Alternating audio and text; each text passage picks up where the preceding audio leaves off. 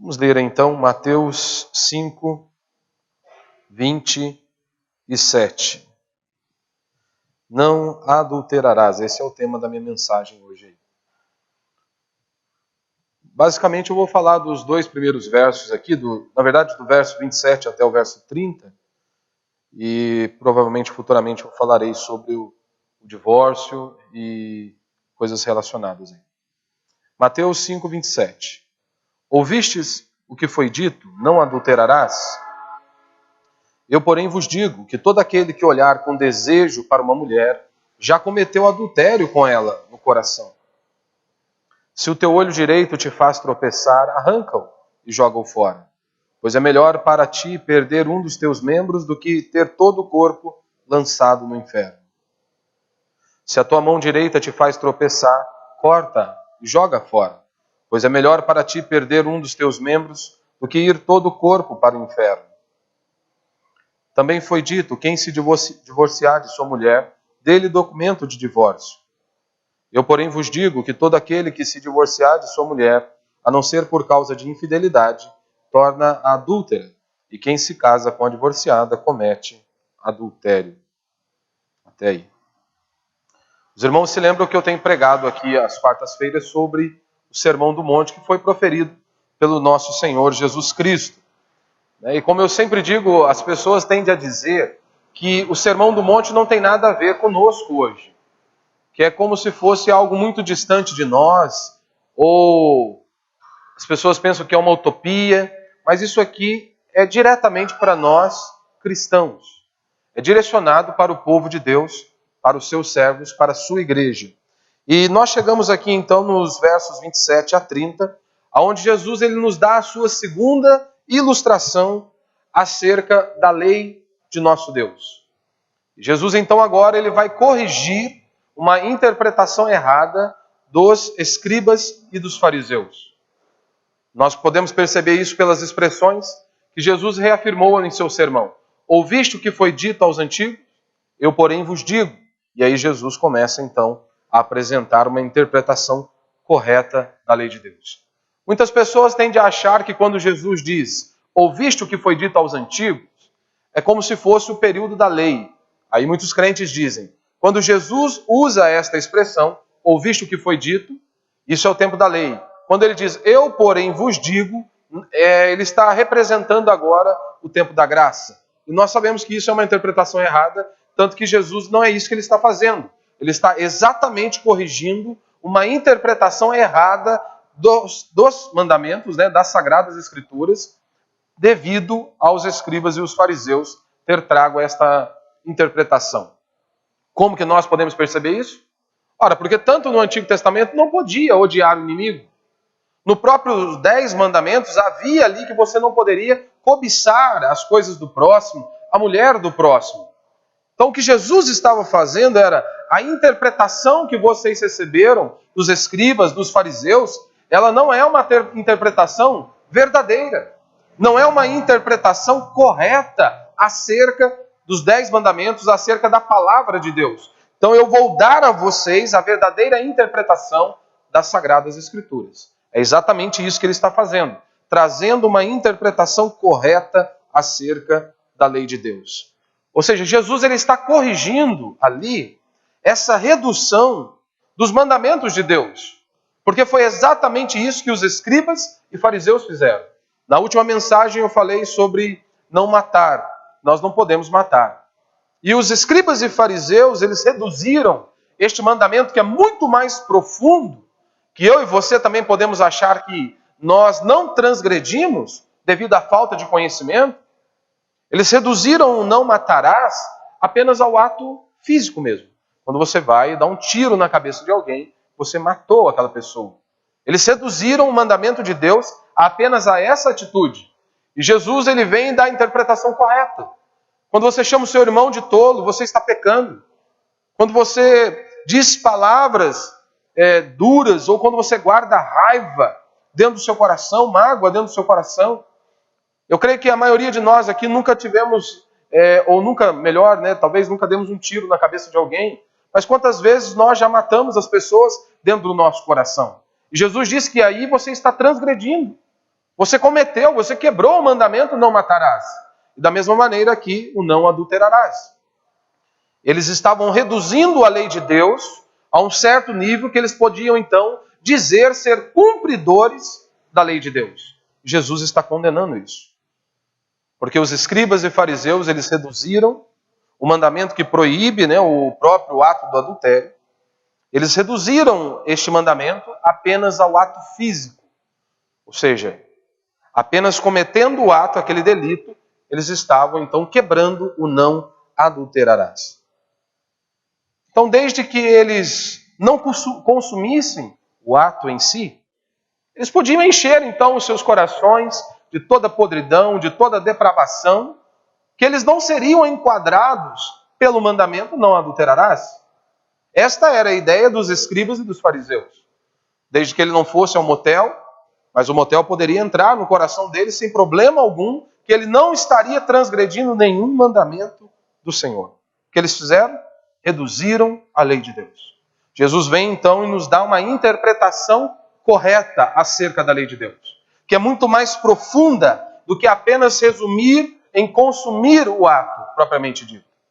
Jesus disse que é muito mais além do que isso. Ou seja, eles se esqueceram do espírito da lei, do princípio da lei. E a verdadeira dificuldade que embaraçava a vida dos escribas e dos fariseus é porque eles nunca haviam lido os 10 mandamentos de forma atenta. E isso pode ocorrer comigo e com você. Se você passa de maneira superficial sobre os 10 mandamentos, sobre a lei de Deus, você irá dizer que é um cumpridor da palavra de Deus e da lei de Deus. Nós podemos aprender isso com o apóstolo Paulo, em Romanos capítulo 7, verso 7, Paulo vai dizer: que diremos? A lei é pecado? De modo nenhum. Contudo, eu não conheceria o pecado se não fosse pela lei. E aí ele explica: porque eu não conheceria a cobiça se a lei não dissesse, não cobiçarás. Você se lembra que a lei é como um raio-x, que vem exatamente para mostrar a minha podridão e a sua podridão. Paulo está dizendo que a lei de Deus ela é boa, o problema somos nós, que somos pecadores, que somos depravados e corrompidos da planta do pé ao alto da cabeça. Então, Paulo está dizendo exatamente isso, que ele só foi perceber o que a lei diz, não cobiçarás, quando ele percebe e se atenta à lei de Deus, então ele começa a entender melhor a natureza do pecado. Ou seja, quanto que ele estava transgredindo os mandamentos de Deus, estava quebrando os mandamentos de Deus. Ou seja, antes, ele vinha concebendo a ideia da lei de Deus apenas em atos praticados, como por exemplo os escribas e fariseus. Se não houvesse um adultério, o ato sendo consumido, eles não estavam transgredindo o não adulterarás. Paulo provavelmente estava indo pela mesma linha, pelo mesmo raciocínio. Mas nós percebemos que a lei de Deus, ela sempre trouxe a evidência da importância do papel do nosso coração nessas questões. Assim como os escribas e fariseus, eles estavam cultuando a Deus e servindo a Deus apenas com as suas noções mecânicas. Então, adoravam a Deus de forma mecânica, serviam a Deus de forma mecânica. E eles tinham um conceito também mecânico de obediência a Deus, como eu e você podemos ter. Você pode estar aqui nesta noite e tem apenas um conceito mecânico de servir a Deus, de obedecer a Deus, mas é algo extremamente superficial, assim como os escribas e fariseus. E o que Jesus está fazendo é justamente resgatando esta preciosidade, esta verdade aqui que é importantíssima para nós. Princípio espiritual ali da lei de Deus, que não é apenas algo superficial, como os escribas e fariseus estavam interpretando.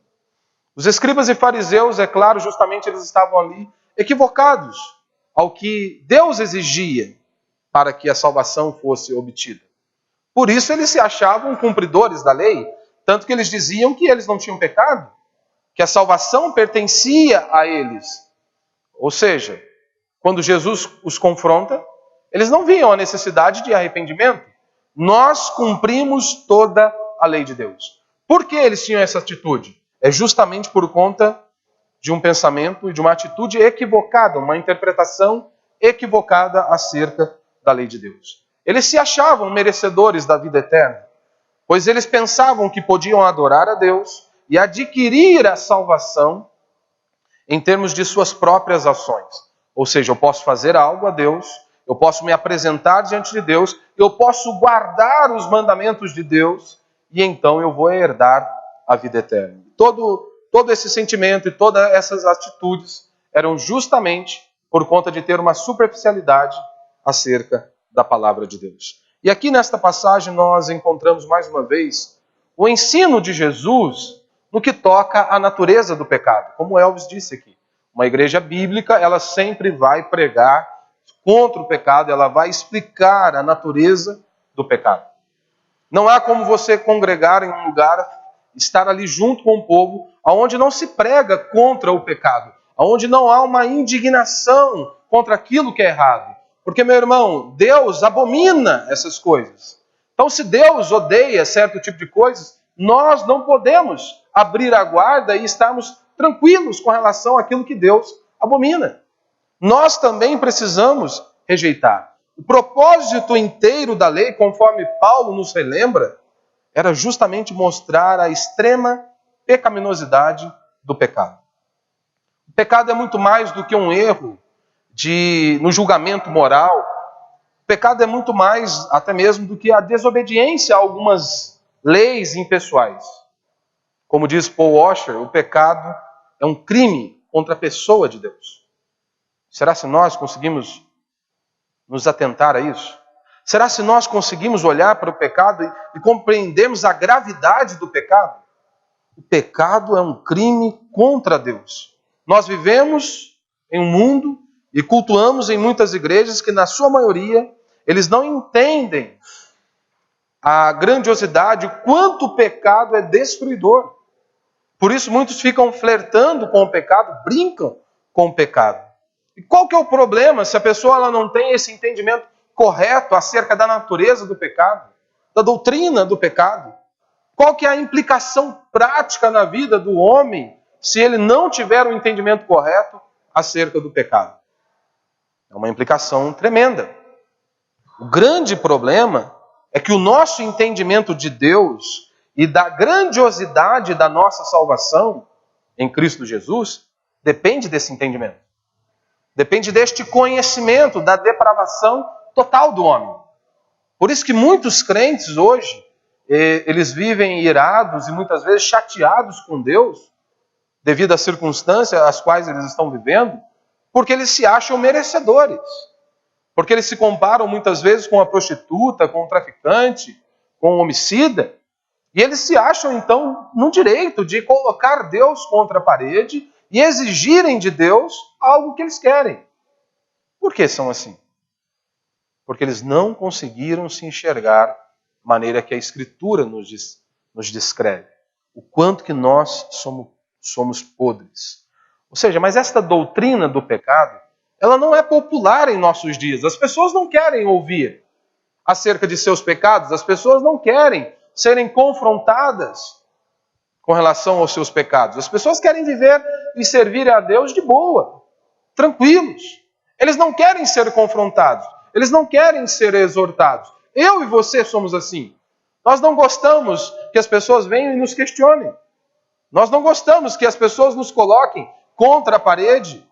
Mesmo quando nós vamos para a Escritura, que nós lemos uma passagem da Palavra de Deus, das Sagradas Escrituras, que vem de encontro, ou seja, nos confronta, muitas vezes nós tentamos nos esquivar daquela palavra, daquela pregação, ou de qualquer coisa que venha, então, nos questionar. E você precisa se lembrar, o pecado, de uma forma primeira e imediata, é sempre contra Deus. Pecado, de forma imediata e, acima de tudo, em primeiro lugar, é contra Deus. E isso nós esquecemos. Nós esquecemos que o pecado é sempre, primeiramente, acima de tudo, é um pecado contra Deus. E é uma afronta à pessoa de Deus.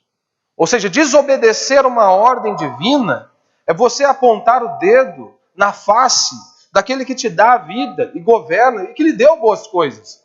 Então, quando nós desobedecemos uma ordem divina, é exatamente isso que nós estamos fazendo.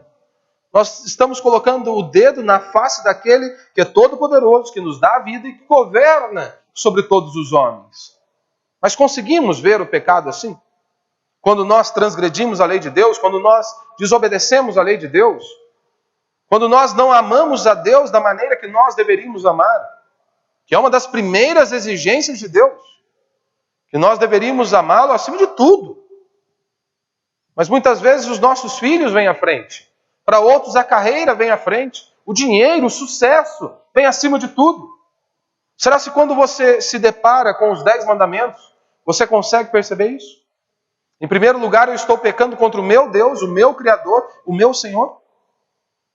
Hoje as pessoas sequer falam sobre pecado. E quando elas falam sobre o pecado, é sempre na seguinte perspectiva.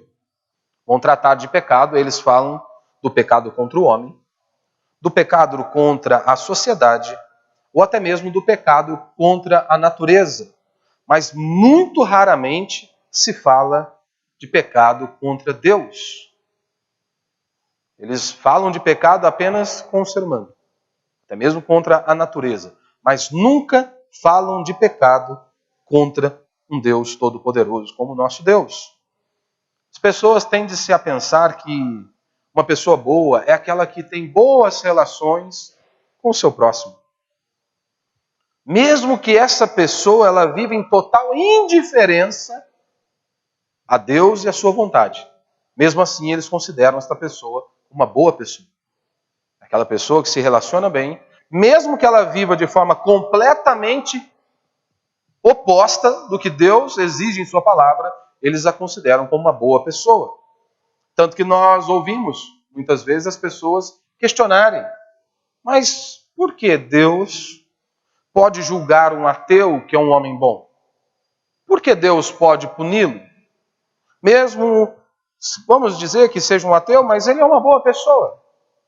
Ele é um bom homem. Honra os seus compromissos. Trabalhador, honesto.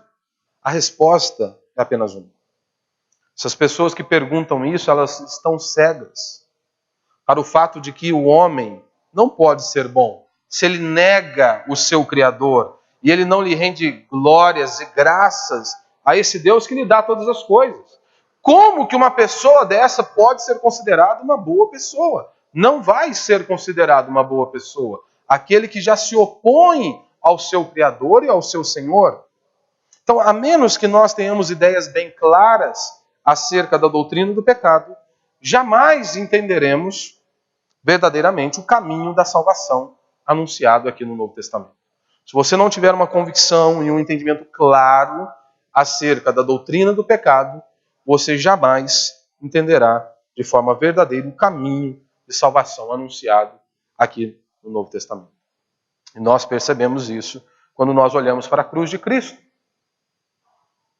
Quantas pessoas não conseguem ter uma compreensão correta acerca da cruz de nosso Senhor Jesus Cristo? Nós vemos uma falta de compreensão acerca da cruz de nosso Senhor.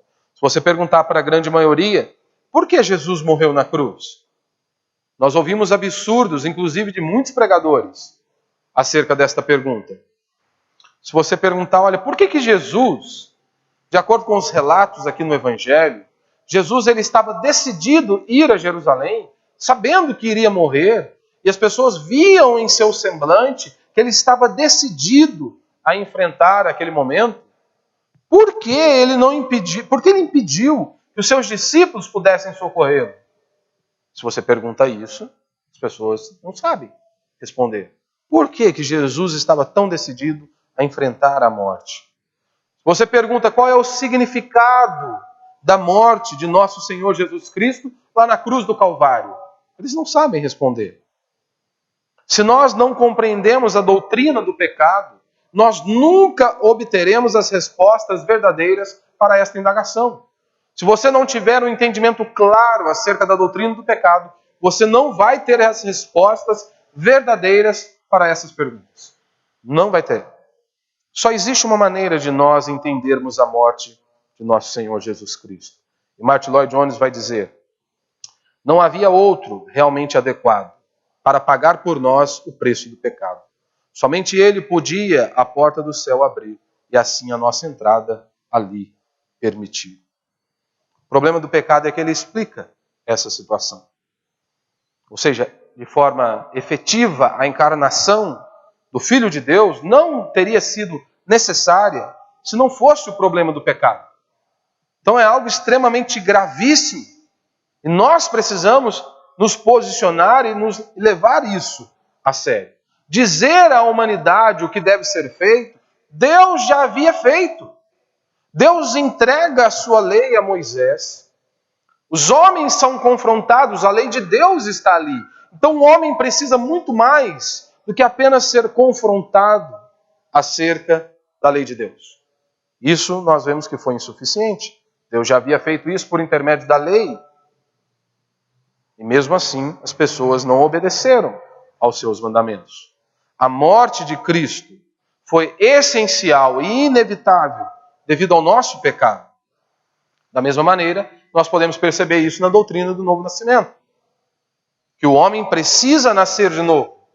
Como Jesus, ele olha para Nicodemos, mestre, como se fosse um pastor em nossos dias. Jesus olha para aquele homem e diz que ele tinha que nascer de novo. E ele fica sem reação, sem saber o que Jesus estava explicando. E nós vemos pessoas dentro de prédios de igreja, você pode ser uma delas, que frequenta a igreja, o prédio da igreja há longos e longos anos.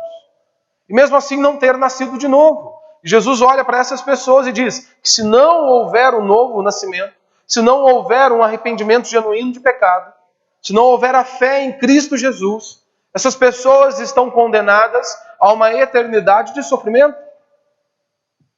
Uma das palavras mais assustadoras de Jesus é dita aqui em Mateus, no Sermão do Monte. Jesus olha para aqueles homens que estavam expulsando demônios em teu nome, o nome dele, fazendo curas, sinais e maravilhas, e essas pessoas, Jesus olha para elas e diz: apartai-vos de mim, vós que praticai a iniquidade. Ou seja, aquelas pessoas estavam dentro de prédios de igrejas, estavam ali agregadas em um determinado local e estavam longe do Senhor. Estavam condenados. É o que Jesus estava dizendo. Portanto, se você não aprecia a doutrina do Novo Testamento acerca do pecado, isso simplesmente significa que você não é crente. Se você não consegue apreciar essa doutrina, você simplesmente não é cristão, como disse Martin Lloyd Jones. Se você não consegue apreciar a doutrina do pecado, se você não consegue ver a gravidade que é isso, você não é cristão. Porque, meu irmão, ninguém pode ser crente se ele não acredita que ele não nasceu de novo. Ninguém pode ser crente. Se ele não estiver ciente de que coisa alguma, salvo a morte de Cristo Jesus na cruz do Calvário, que pode nos reconciliar com Deus. Só precisa ter essa clareza. Que nós só podemos ser salvos por aquilo que Cristo fez na cruz do Calvário. E o cristão ele tem que ter isso bem definido em sua mente. Então, aqui, Jesus mais uma vez está mostrando que aqueles homens eles estavam confiando em si mesmos. Os escribas e fariseus eles estavam confiantes na sua própria força e nos seus próprios méritos. Ou seja, eles estavam jogando toda a veracidade do Novo Testamento, tudo aquilo que estava acontecendo em seus dias, no ralo, no lixo. E é exatamente isso que muitos fazem hoje. Achando que podem ser salvos por suas obras, pelos seus méritos, estão descartando a veracidade aqui do Evangelho anunciado pelo nosso Senhor. Então essa doutrina ela é absolutamente vital para os nossos dias, até mesmo para que você possa fazer um evangelismo. Ou seja, essa doutrina ela é importante até para que você faça um evangelismo autêntico, à luz das Sagradas Escrituras. Se você não tem um entendimento correto acerca da doutrina do pecado, ou seja, a depravação total, quanto que o homem é podre, maligno, isso vai influenciar inclusive no seu evangelismo. Não será um evangelismo autêntico à luz da palavra de Deus e da maneira que nos é instruído nas Sagradas Escrituras. Não existe evangelismo verdadeiro sem a doutrina do pecado, sem confronto do pecado. E por semelhante modo também sem a compreensão do que seja o pecado. Não há evangelismo assim. Por isso que, já resumiram, é como se nós pregássemos 90% da lei e 10% da graça. Primeiro, o homem precisa enxergar a sua podridão, a sua miséria e a sua depravação total, para que então ele perceba que ele necessita de um Salvador e de um Redentor. Então não há evangelismo como nós vemos hoje. Olha, Jesus te ama. Olha, você é a pessoa mais especial da face do universo. Olha, Jesus vai te dar uma nova vida, e param apenas aqui. Parece que Jesus é como se fosse um coleguinha de escola daquela pessoa. Ele é um amiguinho novo que está chegando ali. Então não há evangelismo assim. A pessoa precisa ser confrontada. Nós precisamos ser confrontados acerca de nossos pecados, porque afinal foram os nossos pecados que colocaram Cristo pendurado no madeiro. Foi por conta dos nossos pecados que ele precisou vir até nós. E Deus precisou moer o próprio Filho. Então não há evangelismo sem o anúncio da lei. A essência do evangelismo é a lei. Precisamos anunciá-la. É por causa do fato de que a lei ela não tem sido devidamente pregada em nossos dias, é que há esse evangelismo aí hoje que as pessoas fazem. Que vai para o semáforo e faz um cartaz lá, Jesus te ama, e ele acha que está pregando o evangelho. Eles acham que estão pregando o evangelho apenas com esse anúncio. Ou seja, um evangelismo extremamente superficial. Você precisa conhecer a doutrina do pecado, para que você sirva a Deus com temor. Você precisa conhecer a gravidade disso, para que você possa adorar a Deus da maneira correta. Você parou para observar o sermão de Jesus Cristo? Parece que Jesus não queria ninguém ao lado dele, porque Jesus não facilitou no seu discurso. Inclusive, quando ele prega algo mais duro, e muitos começam a ir embora, ele olha para os discípulos e pergunta para eles: e aí, vocês vão ficar ou vão embora? O que vocês vão fazer? Se vocês quiserem, vão embora. E eles olharam para Jesus e disseram: para onde nós iremos se só tu tem as palavras de vida eterna? Quantas vezes Jesus, ao pregar, ele diz: olha, se vocês quiserem me seguir, tomem a sua cruz e sigam. E cruz naqueles dias era algo muito fresco na vida daquelas pessoas. Era aquele que poderia ser pendurado no madeiro. Era algo de dor, sofrimento, humilhação. Jesus estava dizendo: se vocês querem me seguir, preparem-se para isso. É dor, angústia, perseguição. Vocês querem me seguir mesmo? Ótimo. Neguem a si mesmo e sigam. Ou seja, terão que abrir mão de suas vontades. Hoje, como que nós queremos servir a Deus? Como que as pessoas querem servir a Deus? Deus precisa se adaptar ao estilo de vida delas. Porque se Deus não se adaptar ao estilo de vida delas, ou a igreja não se adaptar ao estilo de vida delas, elas abandonam a fé. A fé vai para o ralo. Porque afinal de contas, o Deus não é o Deus Todo-Poderoso, nós achamos que somos Deus. Por isso então ele tem que se adaptar a nós. Muitos não gostam da doutrina do inferno. Muitos não gostam que anunciemos isso. Olha, se não houver arrependimento de pecado, se não houver fé em Cristo Jesus, você estará condenado a uma eternidade de sofrimento. Se você não gosta de ouvir acerca da doutrina do inferno, olhe para Cristo, então brigue com Cristo. Cristo anunciou sobre o inferno. Cristo pregou sobre o inferno. Advertiu as pessoas que se não houvesse arrependimento, elas estariam condenadas a uma eternidade de sofrimento. Então por que nós ficaríamos bravos ou omitiríamos esta grande verdade? E o maior amor é justamente pregarmos isso para qualquer pessoa. Olhar e dizer: se não houver arrependimento genuíno, se não houver uma fé verdadeira em Cristo Jesus, e não tiver um entendimento da sua podridão, da sua miséria, você está condenado. E isso não importa se você frequenta a igreja há anos, o prédio da igreja há anos, assim como Nicodemos, que estava condenado. Muitos estão envolvidos com as coisas da igreja, estão ligados em algum ministério, mas estão distantes de Deus. Não houve um arrependimento, não houve fé verdadeira. E se não houver, estão condenados. Então, meu irmão, qualquer crença em Jesus que não esteja alicerçada em sua palavra, você deve rejeitar. Hoje os crentes fabricaram um Jesus. Eles não se dobram diante de Maria, de Buda ou Alá, mas eles criaram um Jesus em suas mentes. que não é o Jesus da Bíblia. Se não é o Jesus da Bíblia, você deve rejeitar, assim como toda a nossa experiência. A sua experiência, a minha experiência, pouco importa. A nossa experiência ela não está acima das Escrituras. A nossa experiência ela precisa ser aprovada pela Escritura. Se a Escritura aprova aquela nossa experiência, sem problema. Mas se a Escritura diz que a nossa experiência está errada, nós devemos rejeitar. Não importa o que eu senti, não importa o que eu vivi, não importa o que eu aprendi. Se a Escritura diz que é errado, ponto final. É errado e nós temos que mudar e temos que seguir a palavra de Deus. Então o verdadeiro evangelismo ele começa por aí. E é claro, é óbvio, né? Que ele envolve ali primariamente a chamada ao arrependimento, como diz lá em Atos 20, 21, né? Testemunhando tanto a judeus como a gregos o arrependimento para com Deus e a fé em nosso Senhor Jesus Cristo. Então a doutrina do pecado ela é vital para que se faça a verdadeira ideia também acerca da santidade. Hoje as pessoas vivem uma santidade bem superficial. Assim como nos dias dali dos escribas e fariseus, e muitos até nem superficialmente eles conseguem viver. Estão tão distantes da palavra de Deus, estão tão distantes dos mandamentos do Senhor, que nem superficialmente eles estão vivendo. Mas aqui nesse trecho nós aprendemos que a santidade não é uma questão apenas de algo exterior. Nós aprendemos aqui nesses versos, Jesus está nos ensinando que a santidade é uma questão do coração.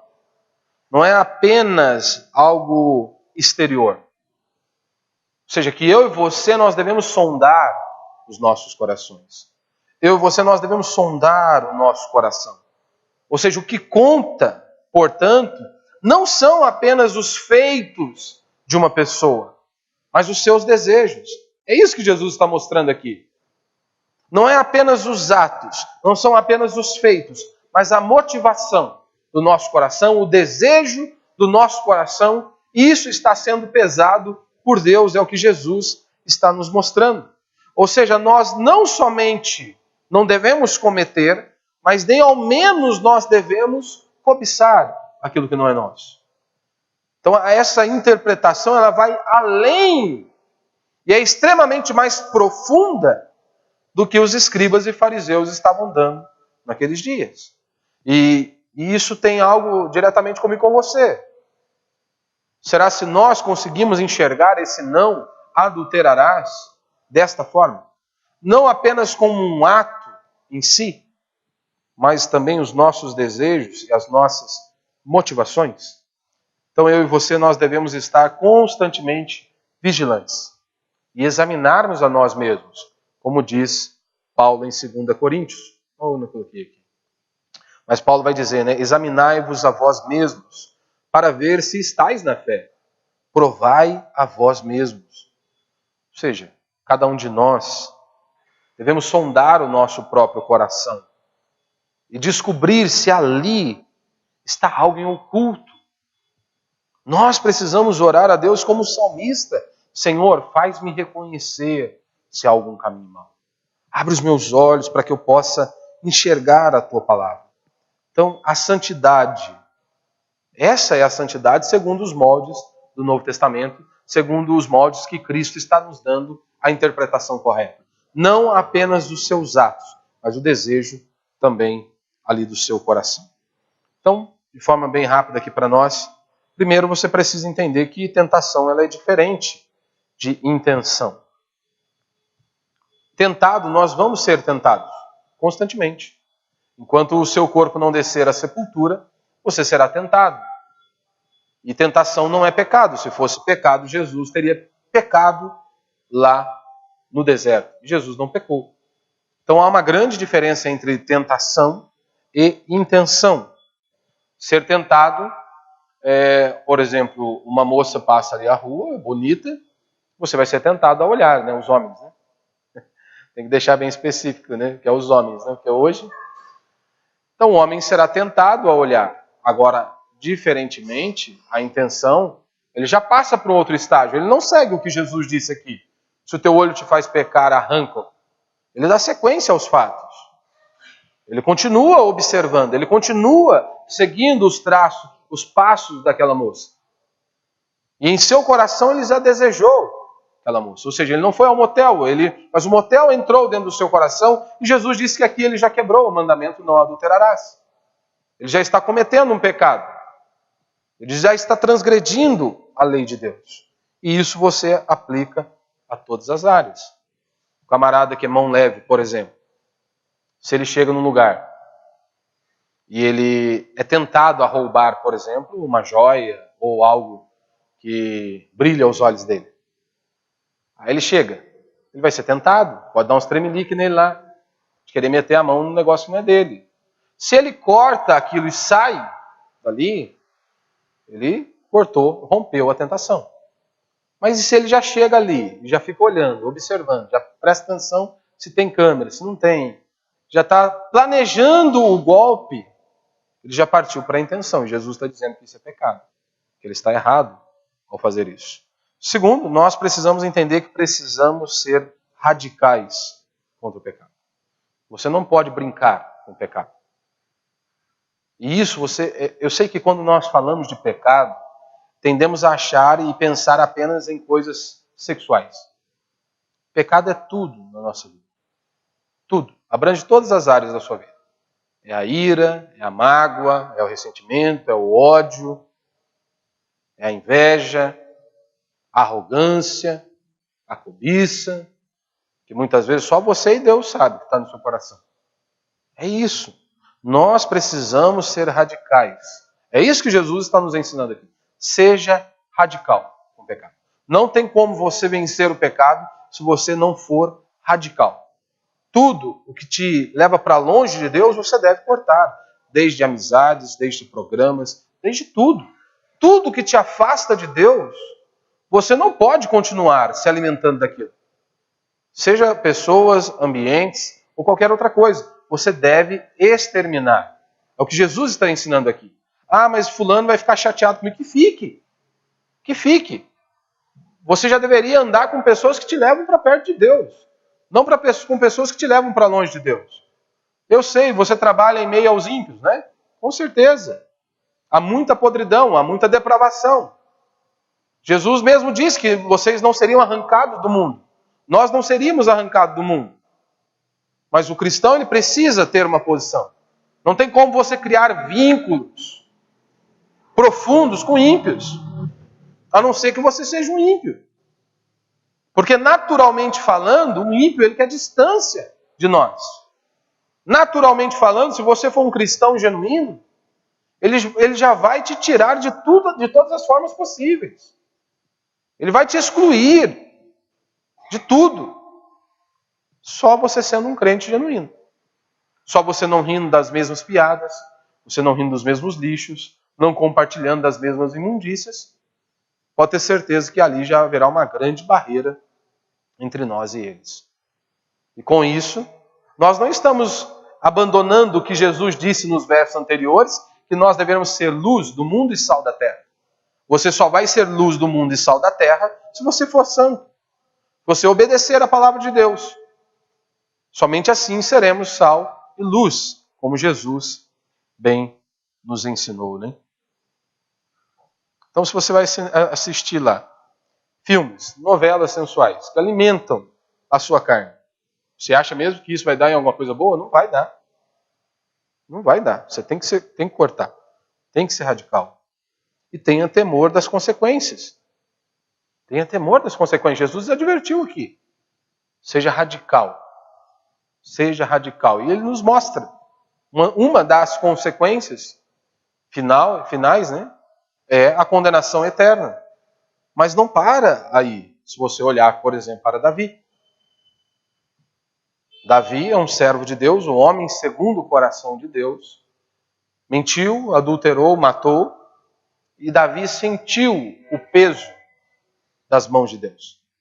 Davi viu a espada nunca mais apartou-se da sua casa. Porque Deus já havia dito isso.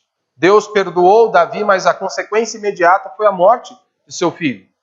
E depois todos nós conhecemos a vida de Davi, tanta desgraça, miséria, ruínas e destruição dentro do próprio lar. Ou seja, ele sofreu as consequências do seu pecado. Então não fique imaginando que por ser crente, por ser ovelha, que o pecado em sua pele é mais limpo. Não, pecado é pecado na pele da ovelha ou na pele do porco. Continua sendo pecado. E em primeira instância, é um ato contra o nosso Deus, contra a pessoa do nosso Deus. Então que o Senhor nos dê discernimento, abra os nossos olhos, quebrante o nosso coração, para que nós possamos realmente enxergar a espiritualidade da lei. Quanto que é muito mais profundo do que muitos enxergam hoje. Você pode enxergar assim, de forma superficial. Que tudo é superficial, tanto que as pessoas hoje flertam com o pecado, porque elas têm uma visão errada de quem Deus é. Deus é bom, Deus é amor. Então elas acham que Deus ser bom, Deus é amor, lhes dá o aval para permanecerem em seus pecados. Mas elas se esquecem que Deus é justo, que Deus é santo e que Deus também pune a maldade do homem. Então que Deus nos dê graça e abra os nossos olhos quanto a isso. Amém? Vamos ficar de pé, vamos orar a Deus.